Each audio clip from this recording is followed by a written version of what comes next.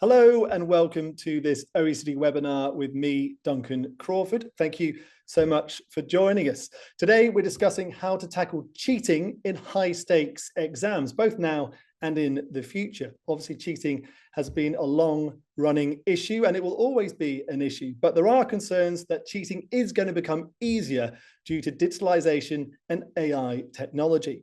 AI tools can structure essays on almost any topic in just a matter of seconds. AI tools can solve complex equations and even bypass security measures for online exams. There are various technical solutions, but are they effective? And should educators be doing? What should they be doing to ensure exams are secure and fair? Well, I'm glad to say I'm joined by a fantastic panel of guests to discuss these questions and explore some of the issues surrounding cheating in exams. On the panel today, I'm joined by Dr. Philip Dawson, a professor from Australia's Deakin University, who's an assessment and security expert. Dr. Christina Wikström, associate professor from Sweden's Umeå University. She's helped develop university admission tests in Sweden. And Shivi Chandra, a policy analyst at the OECD, who's from the Above and Beyond team, which is just one of the teams at the OECD doing research on cheating. Thank you so much to all of you for joining us. Before we start, a message to those watching at home or in the office, please do get involved in the discussion. You can send in your questions via the chat function at the bottom of your Zoom feed. I will try to get through as many questions as time allows, so please get writing in and I'll try to get to them. Now, though, let's get things started. First off, let's go to the OECD Shivi Chandra, who will make some opening remarks. Over to you, Shivi. Thank you so much, Duncan.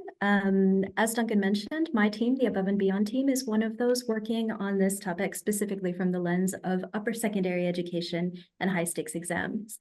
So I wanted to start by setting the scene a little bit and setting a scope for our discussion about what we mean by upper secondary education and high stakes exams specifically. Upper secondary education is a stage in education across nearly all OECD countries. Students are typically about 15 to 19 years old. It's often the last stage of their compulsory schooling. And most of all, it's a transition stage to further education and employment. It's really the last bit of schooling that they have to do before they enter the adult world, take on adult responsibilities. So as you can see from these pictures, it's often a very joyous time to leave upper secondary education for students in a lot of different countries across the OECD. But before they can leave, there's one thing that they have to do, which many of you might remember from your own upper secondary days, and that is take high stakes examinations. These exams are present in almost all OECD countries. High stakes exams can certify the skills and knowledge that you have to leave upper secondary education, or they can be a part of selection into higher education and further employment as well. There's a lot of discussion that's going on right now, and some of what Duncan mentioned around how we're in an assessment revolution, how everything about how we do assessment is going to change.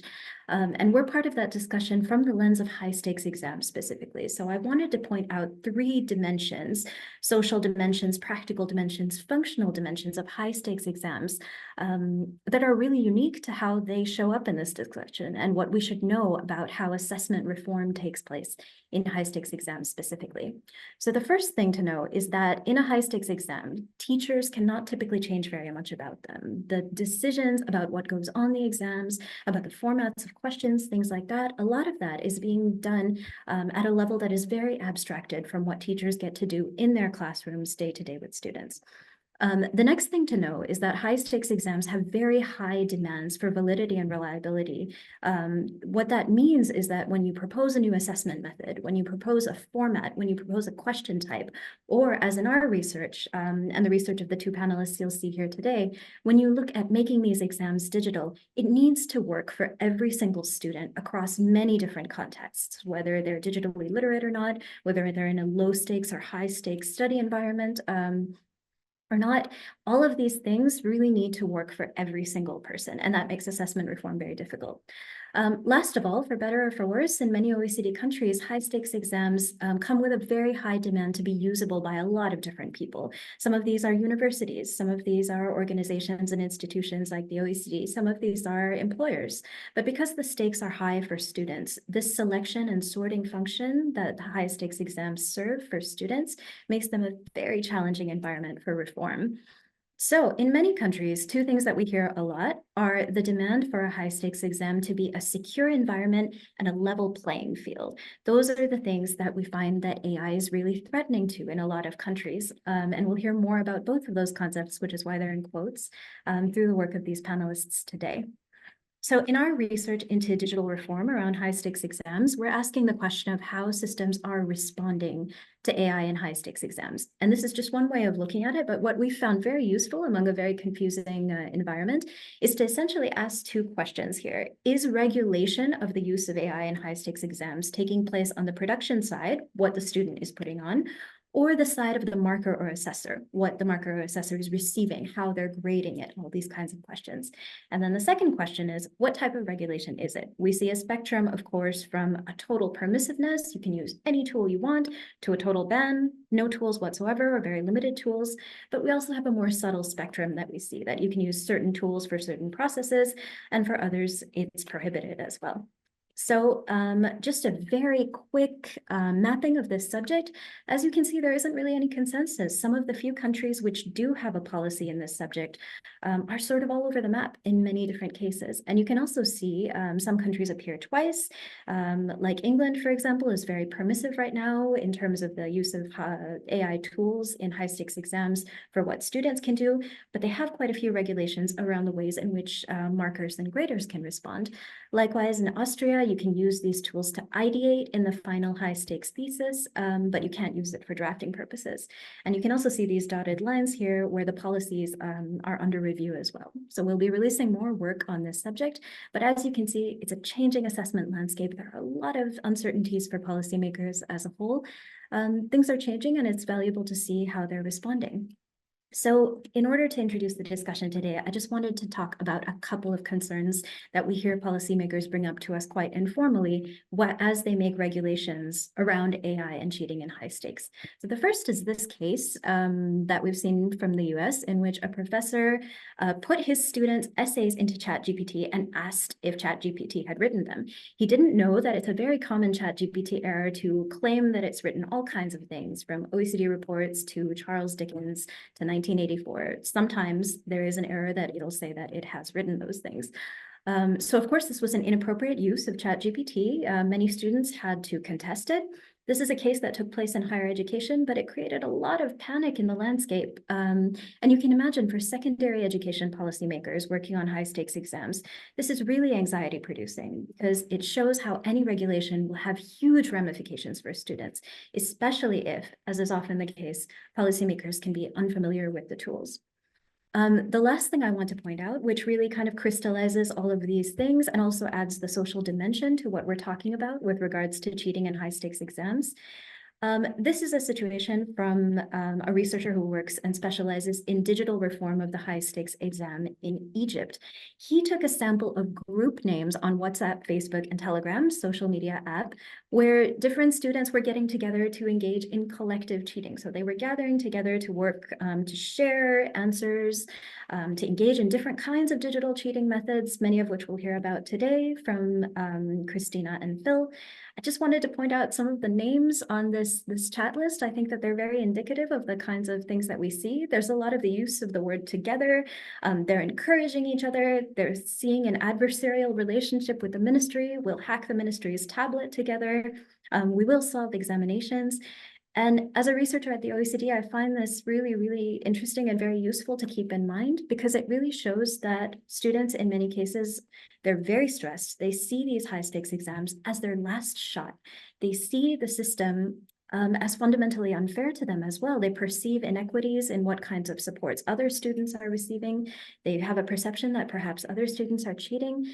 And so the finding from this for us is really that the more high stakes the exams end up being, And the more inequities are perceived in what supports are available to students, the more cheating will begin to seem rational.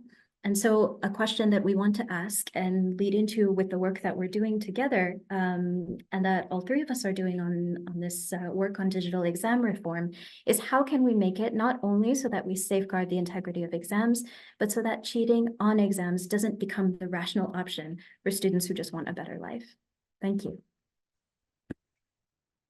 Thank you so much for that, Shivi. Absolutely fascinating there. Let's get into the discussion. Let's bring in our panelists. Why don't we start with Professor Phil Dawson from Deakin University. Thanks again for joining us, Phil. You're the assessment and security expert on the panel. I understand you spend at least some of your time trying to hack and cheat on exams, which sounds like a fantastically fun thing to do.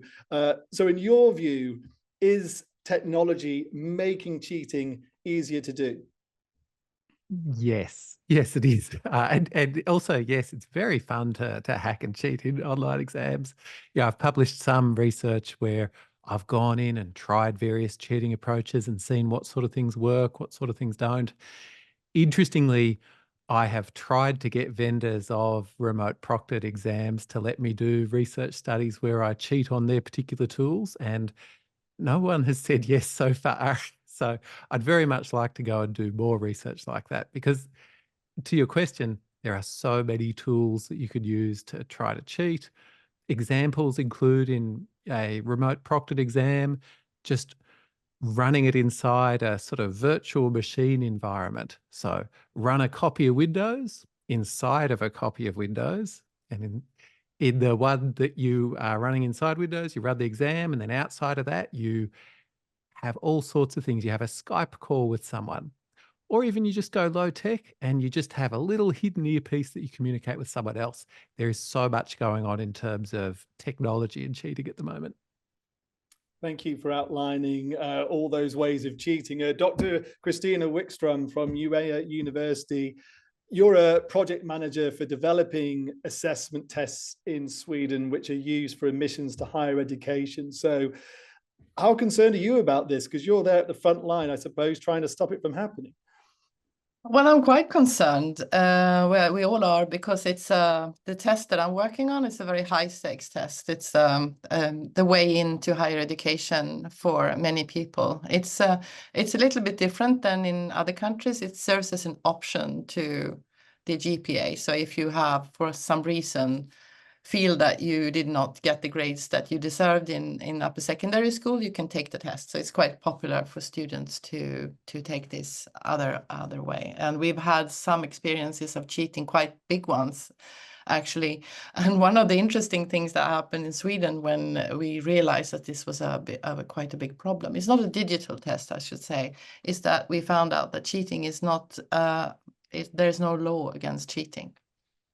So it was quite difficult to do anything about it. So it took some time, but I think that we've learned over time how to detect cheating. And obviously with the technology, as Phil says, we've had experiences of earpieces and hidden telephones and quite elaborate schemes to help people cheat, and people are prepared to pay a lot for it. I mean, it's a good score on this test can give you access to medical school or something, which is so there's a lot of stakes attached. But I should say that I think that Shivi was on to something very important also. It has to do with the stakes, obviously, but also that students feel that they're treated fairly. I mean, if they have this feeling that this is an unfair test, or everyone does not have access, or I felt bad that day that I took the test and this is my only chance, the incentives to cheat increases tremendously. So trying to build in alternatives, I think, is very important. In our case, you can retake the test, so there's not just once in a lifetime opportunity, and that makes a big difference.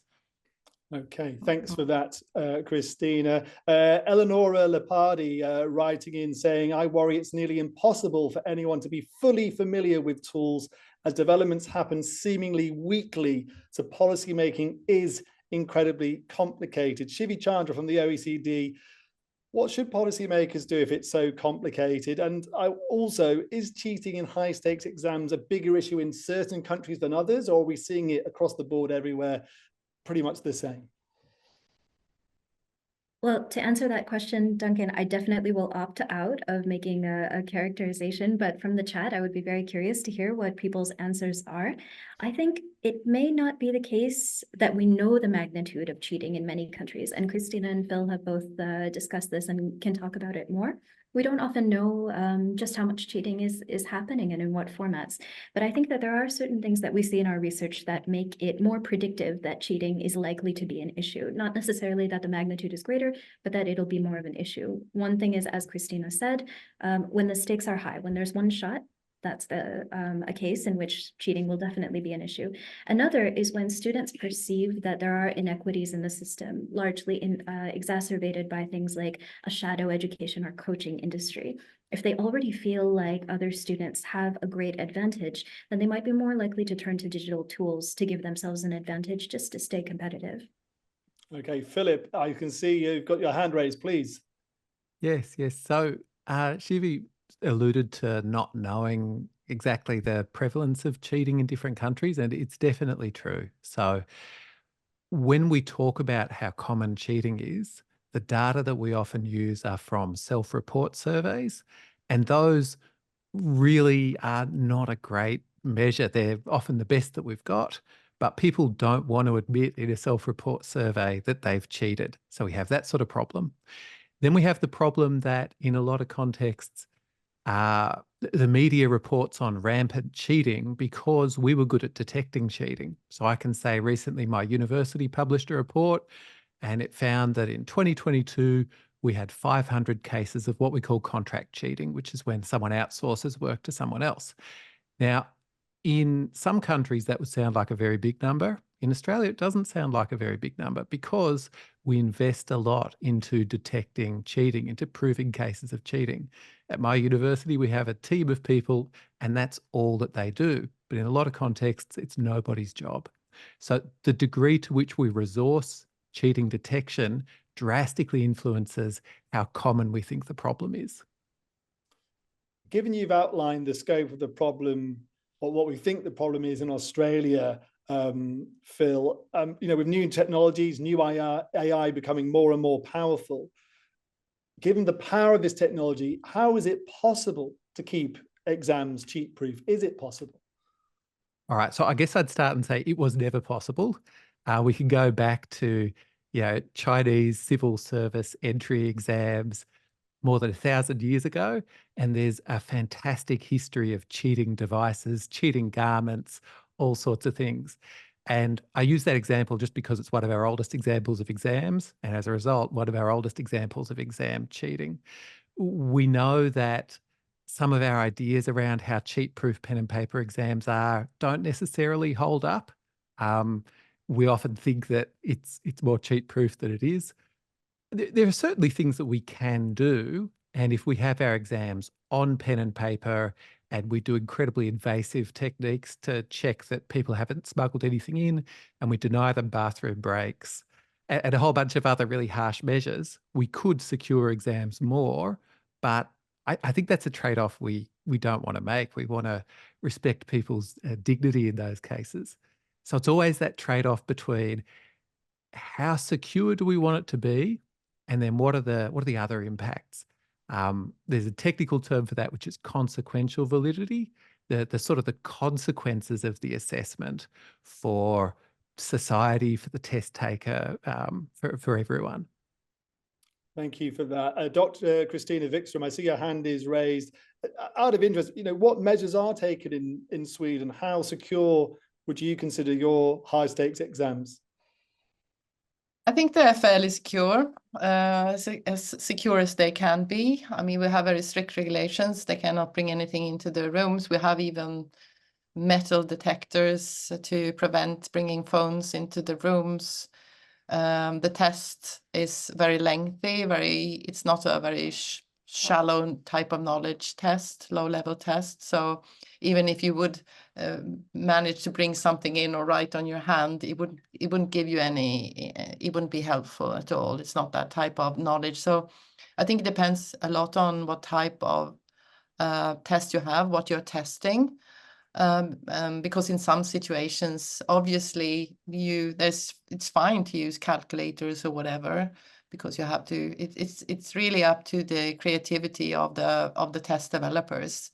So we have very strict regulations for our tests, but obviously we cannot. I mean, people can take measures like taking someone else's identity, twins writing in each other's names. And then if you would ask one country, they would say, well, just fingerprint them. But that's not an issue we can do in Sweden. Maybe in other countries, I don't know, we are not allowed to collect any type of biodata or eye scanning or anything like that. So that wouldn't be possible. But I would say that also we have to respect that a test is a test. So if we can avoid giving high stakes decisions to one test, that would be preferable. And I think in the Swedish school system, for instance, we don't have any examinations test in upper secondary school. We have tests, but the main decision is made by the teacher, by collective information that they gather in the classroom, which means that if they would, a low performing student suddenly would score top scores on a test, the teacher would go like, interesting, need to check this up. But also, I think that we were talking about it yesterday. I think in Israel, for instance, they have a very good solution that can help to some degree.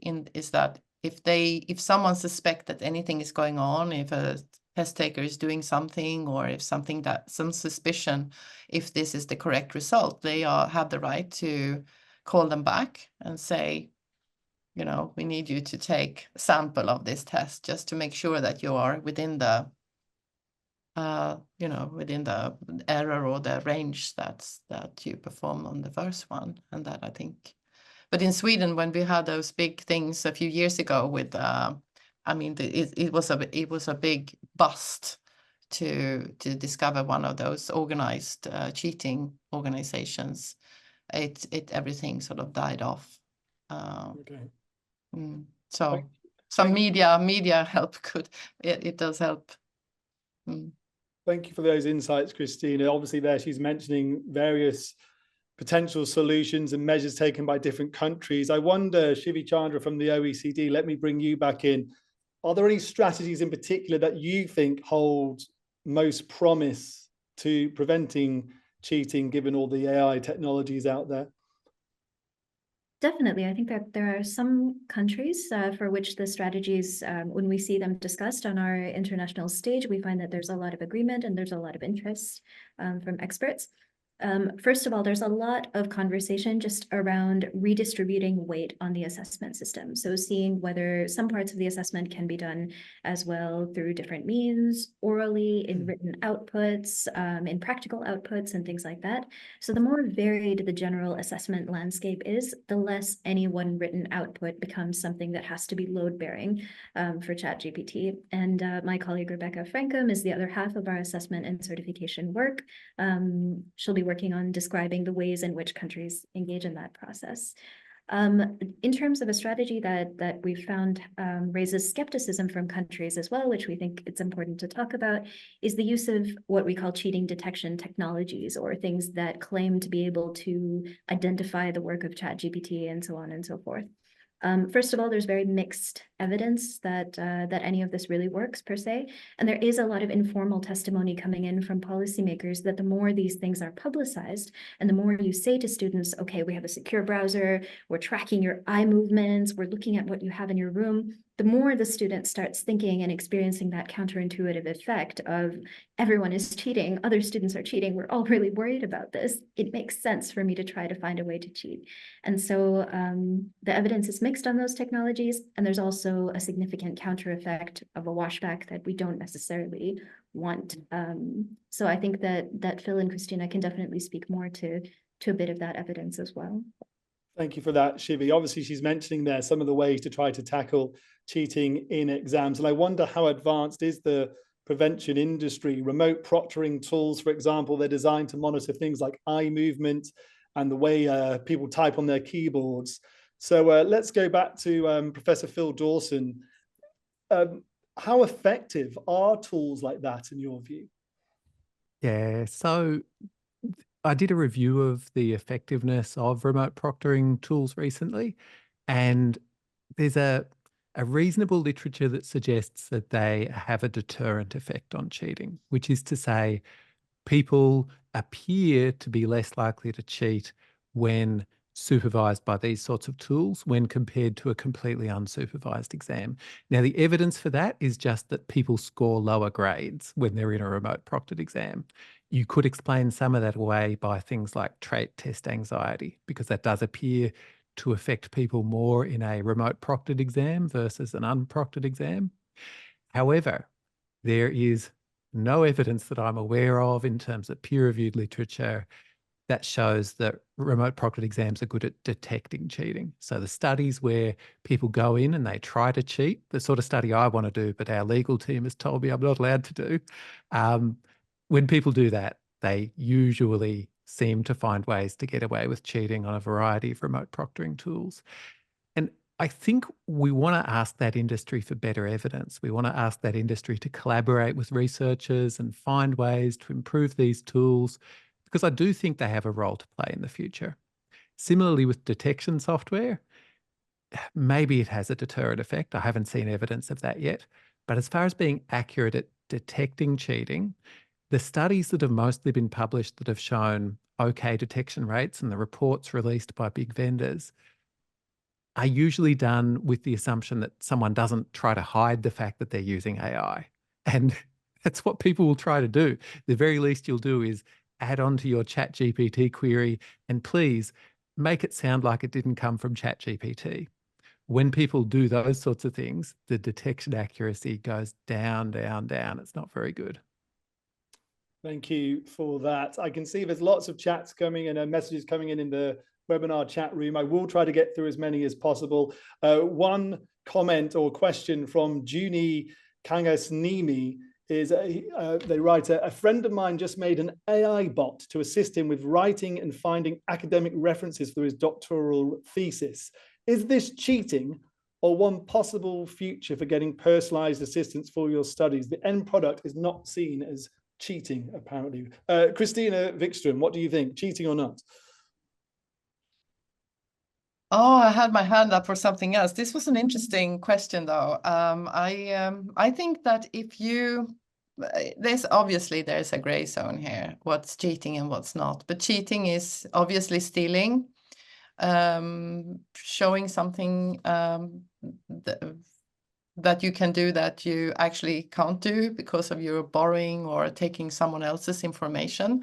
So I guess if you are using, I think ChatGPT, for instance, is extremely useful if you're using it right. You can use it for all kinds of things, fixing your reference list or whatever. But if you're trying to take credit of things that you could not have done yourself, that you're taking someone else's work or pretending to know something that you don't know, then I think, yeah, you're sort of entering the sort of a dangerous area. And I had my hand up because I saw something in the chat about different schools having different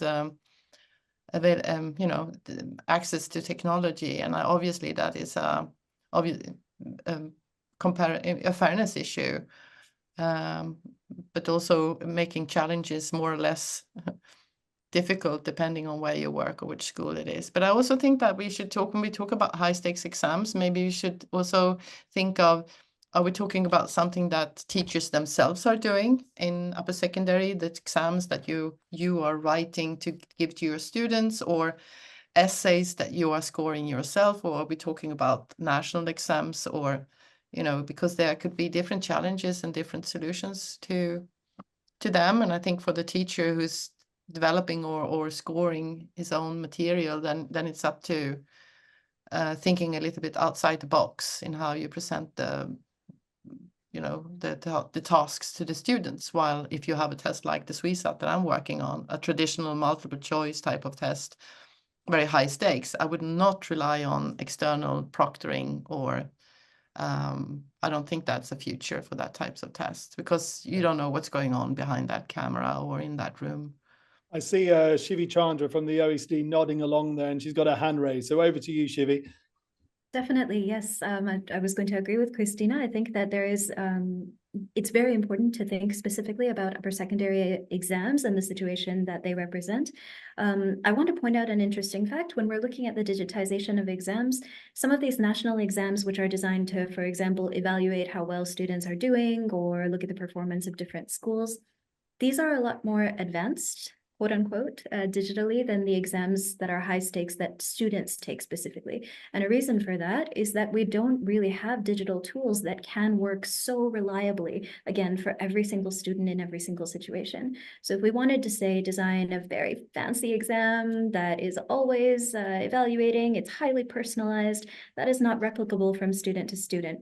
And of course, it also exacerbates the inequalities between a student who really does just have that 1.5 hour to sit in the exam hall and take their exam, and the one who has, 3 or 4 or 8 hours during the week to spend talking to ChatGPT and piling up references and things like that. So there is a very significant equity dimension in the design of high stakes exams that maybe isn't necessarily the case for other types of things and other applications we see of ChatGPT. And that's an important thing that makes them so challenging of a problem to solve. Thank you for that, Shivi. I saw both panelists nodding along there. Philip, if I can come back to you, you advocate a concept called assessment integrity, rather than thinking of exams that are completely secure. Can you tell us a bit more about what that means? Okay, so I guess there's a fairly polarized sort of debate that often goes on around cheating. There's often people who are incredibly pro assessment security, which is basically all these measures we've talked about to try and detect if cheating's happening, to try and stop it from happening. When we think of authenticating who the test taker is, that's assessment security. When we think about controlling the circumstances of the test, that's also assessment security. So that's kind of one side of a quite polarized debate. And on the other side, we have academic integrity, which is really trying to develop people so that they want to do the right thing, so they have the capability to do the right thing, and that they actually do it. And this is useful not just for the immediate test, but it's useful for life. We want to develop integrity in people. There's signs that it lasts for a while. And when people go on to a high stakes career, like being a medical doctor, there's a connection between their academic integrity and their professional integrity. The challenge is finding the balance between those two things, finding the balance between assuring the integrity, the security of this particular test that we've got, and also trying to just build that capability in people. We don't want to graduate a cohort of secondary students into wherever they choose to go who didn't cheat only because they were worried they would get caught. However, we can't just trust people and live in some sort of magical land where if we remove all the surveillance, then somehow people will not cheat. There are people out there who argue that point, that people cheat because of all of these measures we take to secure things, but I'm yet to see any evidence in support of that point. We've got to balance those two difficult things together. Let's move the discussion on. Christina Wixler, I see your hand is raised. Go for it. No, I was just going to say that obviously there's a lot of cheating going on and a lot of money in it too. And this is not only about tests, it's about degrees, certificates, all kinds of stuff going on currently. So it's sad to be to have to be so suspicious all the time when working in education, but obviously if there's an incentive or if it's worth it, or some students feel I have no other way because my future depends on it, I have no chance to compete with others for some reason, I don't know, then as long as this exists, we will have people will be willing to pay money for this. Thank you for that, Christina. Just to say thanks again to everyone who's getting involved in the chat. It is extremely busy and I apologize straight away right now. There's no way I can read out all your comments, but a few of them. Claire McGrath saying digital literacy and also equity of access are important overarching issues.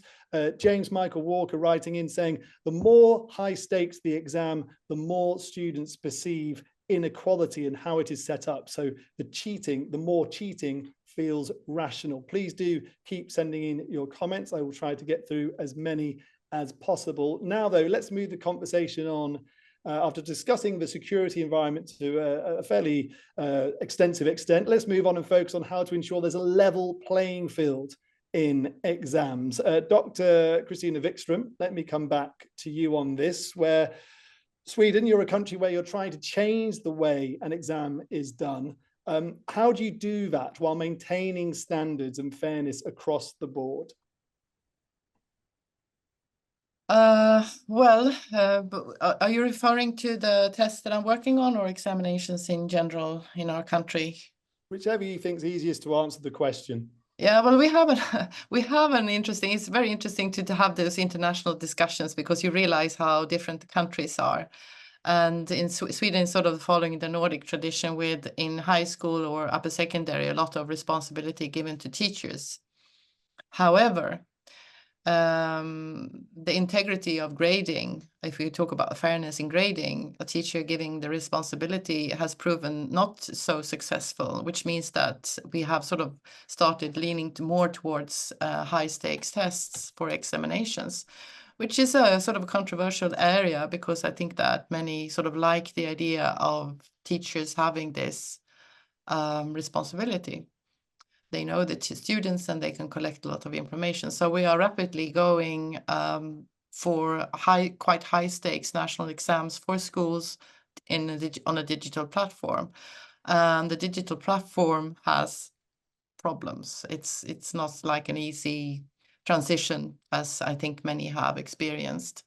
Some benefits and some problems. And I think there's a lot of hope for the digital format to solve some of the integrity problems, but I'm not quite sure that this is happening. And I think it depends on what we're talking about. If we're talking about cheating still, or if we talk about fairness issues in general, students having access to different types of hardware, for instance, or some being more technically savvy than others. So I have to get back to you on that. I think we are still sort of in that transition. But when it comes to the SWISAT, which is a paper-based, very sort of old-fashioned type of format test, we haven't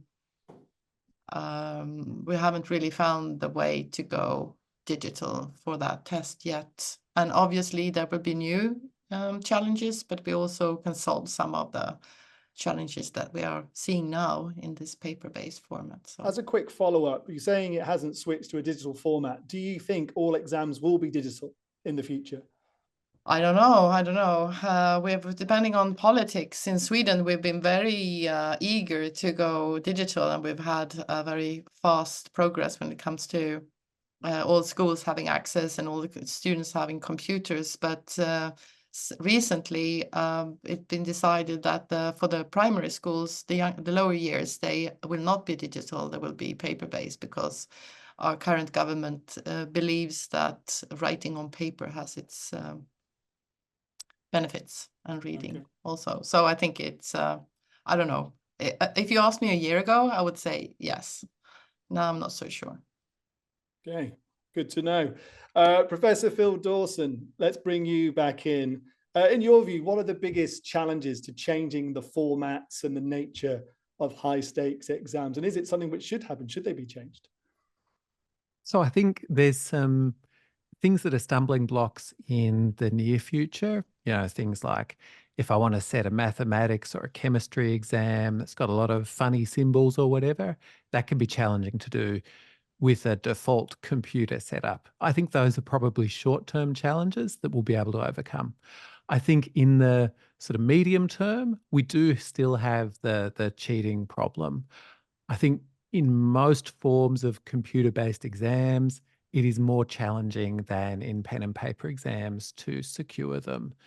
I think in the long term, there's arguments around equity. Is it who's advantaged by a digital exam, who's disadvantaged? There's a lot of people out there that really struggle with handwriting and would be really liking a a computer-based exam, but vice versa, there's people who do much worse. You know, there's been analysis of the sorts of writing that people do in pen and paper exams versus on computer exams. On computer exams, they go back and edit things. So you do get different sort of responses from people in a computer exam versus a pen and paper exam. Which one's more useful? Well, that's a validity question. And I think we probably want to have validity in our mind as we think about all of this. Validity impacts on that thing I mentioned of the response types being a bit different. Validity impacts on the inclusion aspects, because an exam that doesn't work for everyone is less valid.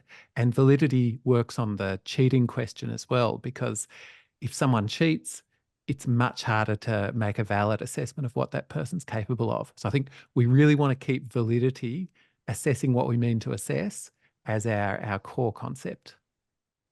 Christina, I see you have your hand raised, so I'll come to you and then we'll come back to Shivi. It's just a short remark. I totally agree. It's all about validity and what you want to measure, and different formats have different possibilities. And I would definitely, in my world, I see a digital future when it comes to testing. But one of the things that we seldom mention is how we can accommodate tests for students with disabilities of some kind, or personally, I'm trying to find a solution for our test takers with visual impairment, and where the computer can give so many more options when it comes to providing information to the students. But I think that debate is very quiet. I don't know. I'm sort of waiting for someone to talk about that in the, not perhaps here, but in the discussion on digital platforms and how to proceed. Because I think that is a big opportunity to explore. Okay, thank you for that. There's a question here from James Fanning, which I'm going to give to Shivi Chandra from the OECD, if you don't mind. James writes, do you think that AI in its various guises will force us to radically change the ways in which we assess, perhaps move more from summative to formative assessments, he writes, or even a move back to examining in a very traditional way? Shivi Chandra, what do you think about that? That's a great question. I think that from where we're sitting, still at the very early phases of this research, we do see both things happening in some countries. There are some which decided that really the way to do it was now to decide that students do, after all, need to live in a world where these AI tools are used, and the exam should also be opened up to encourage use of them. And then there are others who have decided, for example, not to digitize at all, or to put a halt on their digitization process as a result of this. So we do see both things. There are both examples of countries taking actions like this. I think one thing that we do find, though, is that there are different things that can be done with AI in assessment.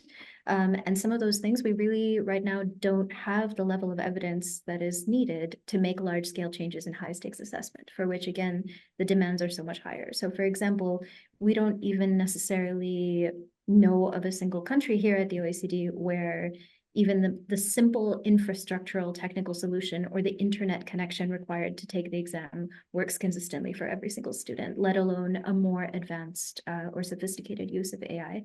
So that is a significant hurdle that will have that happen. And of course, it depends on the country as well. In countries where a significant portion of the examination is oral, there's been a lot of interesting questions that have popped up. We've heard, for example, from countries like Italy, where oral examination is considered a type of assessment that they wanted to innovate past. And now that they've seen the ChatGPT and AI advancement, they've decided, well, actually, this is quite good. There might be reasons for us to double down on this sort of assessment as well. Thank you for that, Shivi. And a timely comment from Colm O'Connor in the comments section. He says, perhaps oral exams will need to play a bigger part in education in the future. Philip Dawson, your hand's raised. The floor is yours. Great, thank you. I guess firstly, I agree on the oral assessment issue. I think that's probably going to be a big part of assessment moving forward. The challenge is it's quite resource intensive, but it's a way that we can really come to understand what someone's capable of. I just wanted to call out a comment in there from Jason Lodge, Jason's from the University of Queensland. He's led some great work on sort of assessment reform in higher education. He says perhaps the underlying question here is, what role should exams be playing in senior secondary schooling when exams test the kinds of knowledge and skills that AI already well and truly has us beat on? And I think that's something we want to reflect on. We shouldn't just be thinking about how are we assessing. We should be thinking, what are we assessing? Are the outcomes we've been assessing for so long still the things we want to assess in the long term? And maybe there's some sort of future where we say, hey, go and use AI in the test because we want to assess you on these things AI can't do. So don't ask me to write down exactly what those things are. Thank you for that. Christina Wikström, you'd like to respond? Yes, I don't think oral exams is the future. Sorry to say that. I think it's, if they work, they are great. It's great to have a conversation with the student. But from a fairness, reliability, validity perspective, it requires a lot from the assessor. So I think that, well, if it's done well, but the risks are very severe, I would say, if it's a high stakes decision that is to be made. There are a number of people commenting on this very issue in the chat, which is just, there's so many comments flying in. I've just lost the actual message I was going to read out, but just take my word for it. People are discussing this matter. Let's move on slightly. I wanted to actually ask you, Christina, what is necessary in terms of standardization? Why is the SWISAT test necessary? Why are grades and exit exams not sufficient in Sweden's case? Well, I guess it's the same thing with the oral exam. If grading is done in a perfect world, in a perfect setting, it will be fair and equal for all. But the SWISAT was introduced in the 1970s as a way to broaden the recruitment to higher education to non-traditional students. Let's say, and I think it was a time when higher education has been very secluded in Sweden, and it was all opening up. Not everyone had the academic track previous education, but they may have other skills or required skills after upper secondary school. So the test was originally open for those sort of non-traditional students. So you had to be 25 years old and had work experience. After a while, it was regarded unfair. Students were like, but what about me? I had a very mean teacher in school, or I was sick half of the time, and now I'm so motivated. So it was opened up for all in 91, and it's a very popular test, and I think it's popular because it's a very high quality test. It's very, it's very thoroughly developed. But I think one of the reasons also why we don't have the debate that's current in, for instance, in the US, where similar tests are being criticized a lot, is that it's optional. You don't have to take it, and it's the sort of a second alternative. So students don't panic. If you don't have like super high grades from upper secondary school and 2 years later decide you want to go to university, it's not like the end of the world.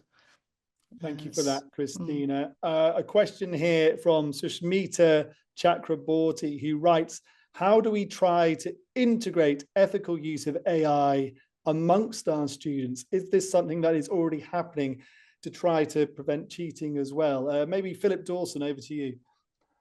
Yeah, so I think, firstly, yes, we do need to integrate that. I just don't know if high stakes exams are the context for that. So I think we might want to split out what we do for sort of assessment for learning purposes, formative assessment, developing students' capabilities to do things.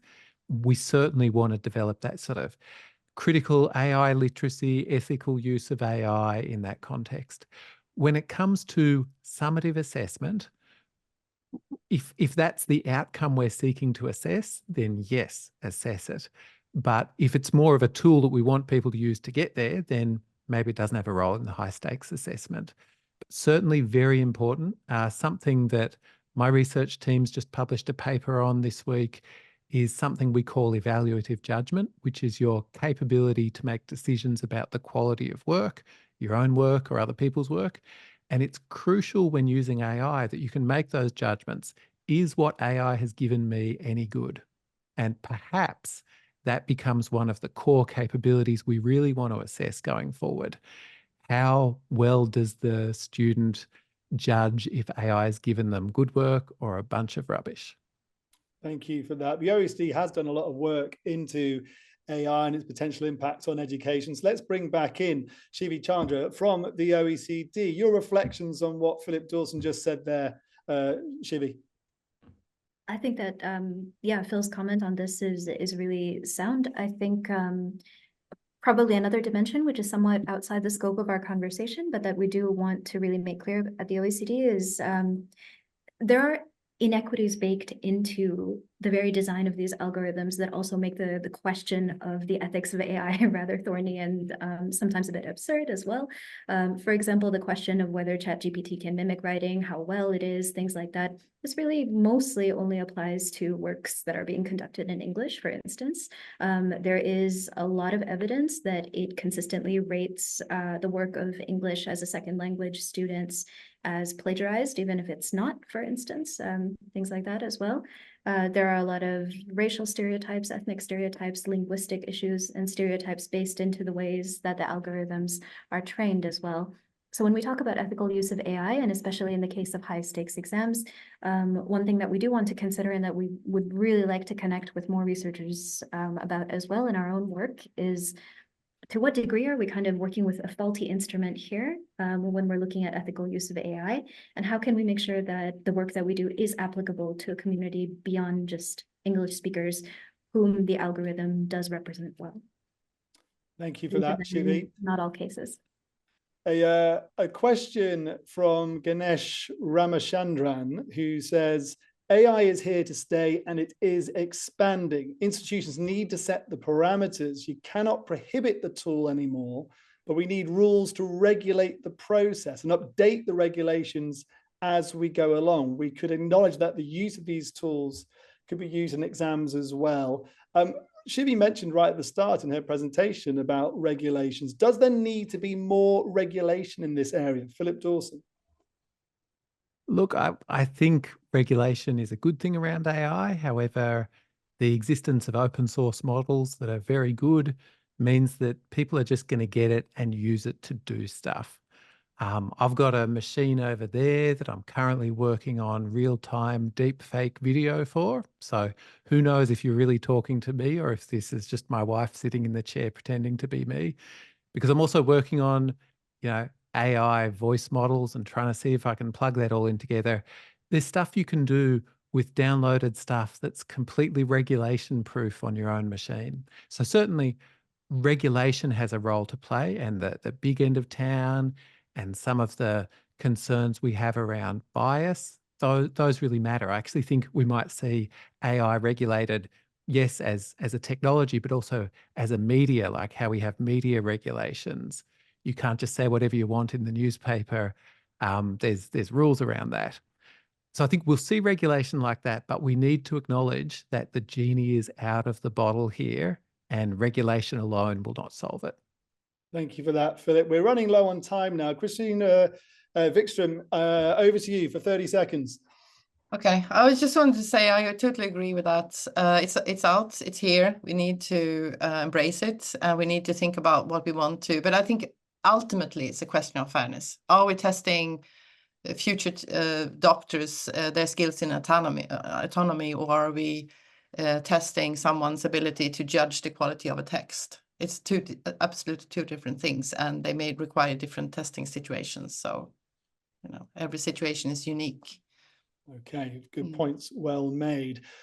We are into our last few minutes, so look into your crystal balls for me. Let's look into the future. Given the risks that have been outlined, what do you think exams will look like in the future? Do you think high stakes exams will largely remain as they are? Or do you think they're going to change significantly in the next few years? Dr. Philip Dawson, why don't we start with you? Oh gosh, this is an impossible question, but I'll give you a quick go at it. I think going to technology-based exams is inevitable. It's just a matter of time. So I think that's one thing. I think we won't solve the AI detection problem because the development of AI models will outpace the development of detection models. And I think we will have conceded the ground in terms of trying to stop people from using AI. I think that's a battle we're going to fight for maybe 5 more years before we figure out we just can't win.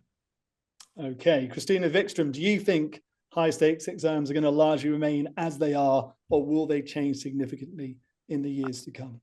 I agree with Phil, but I still want to say, yes, I think they will remain a while. And why I say that is because in my former life, many years ago, in the 1990s, imagine how far way back that was, I worked on computer-based tests. And I was amazed when I came into university where I am now, that not more of the large-scale tests were digital. And everyone was talking about it happening within the next few years. And now here we are, 30 years later. So this process is very slow, and I think it should be slow because we want to know what we're doing when we're making decisions about young people's futures. So with all the shortcomings of large-scale assessment as we see it today, I think we need to take small steps. Okay, and the last word goes to Shivi Chandra on this. Obviously, the OECD looks to the future to try to advise on policies. What do you predict? I have to say that I think my answer to that changes on whether I've just had a call with Phil or Christina in preparing our work. So I think that both of them have presented really good arguments as to what is likely to change and what is likely to happen. But I think a rather pessimistic prediction maybe is that I think there will be a group of students who is increasingly underserved by high stakes exams, no matter what they look like, whether they're digital or not, whether they are in a more conservative analog format or not. There will be students who are disadvantaged just by virtue of the way that these exams are designed and the stakes that they have for their future. And I think that the precise way in which they will experience those inequalities is up to us to mitigate by making sure that the strategies that we put forward have evidence behind them and that we understand the trade-offs of different strategies. Just scanning through the chat, every single strategy that someone has shared, I think is something that I have heard a country come and talk to us about. It is very feasible that any of those things could be enacted. But high stakes exams are not an experiment. They are not a place to play. They are not a place to quote unquote disrupt. Okay. They are a place where we have a responsibility. Thank you so much for that, and to all our panelists. That is sadly all we have got time for. If you want to learn more about what we've been discussing, then keep an eye out for the upcoming OECD paper on the digitalization of high stakes exams from the OECD's very own Above and Beyond team, which features work from both Dr. Philip Dawson and Dr. Christina Wikström from our panel today. Thanks to them and to the OECD Shivi Chandra, of course, for taking part in this webinar. Thanks to the production team, to all of you who've joined us for this webinar with your fantastic questions and comments. It has been a lively one. That is it from us. Please do join us again for another webinar soon. This Friday, in fact, we're going to have a discussion on how to support creativity in education. So please do join us for that. All the best. Thank you very much.